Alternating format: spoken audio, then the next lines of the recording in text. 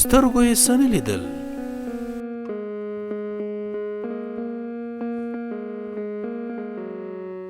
مګر د خدای کتاب یې تر څنګ و او مسجد ته راغی.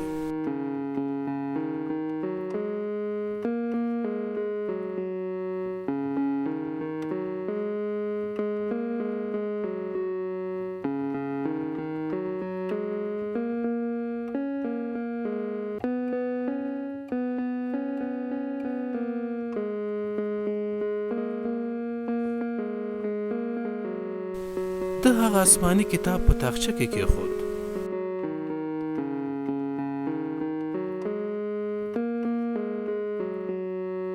او په لمانځه ودرېده.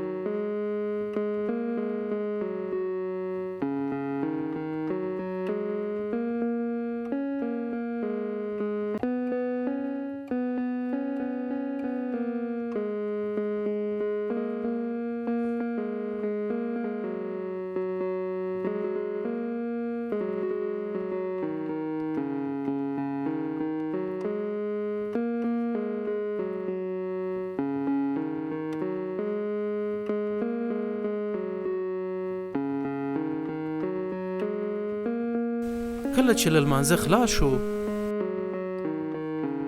او له مسجد نه روانېده، هغه کتاب پاتې شو او یو بل کتاب لاسته ورغی.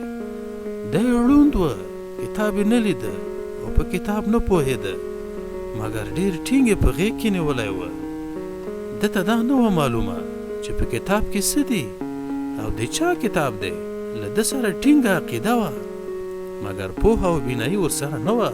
ده د خدای لپاره دغه کتاب ښکلاوه او لکه تعویز یې له ځان سره ګرځاوه.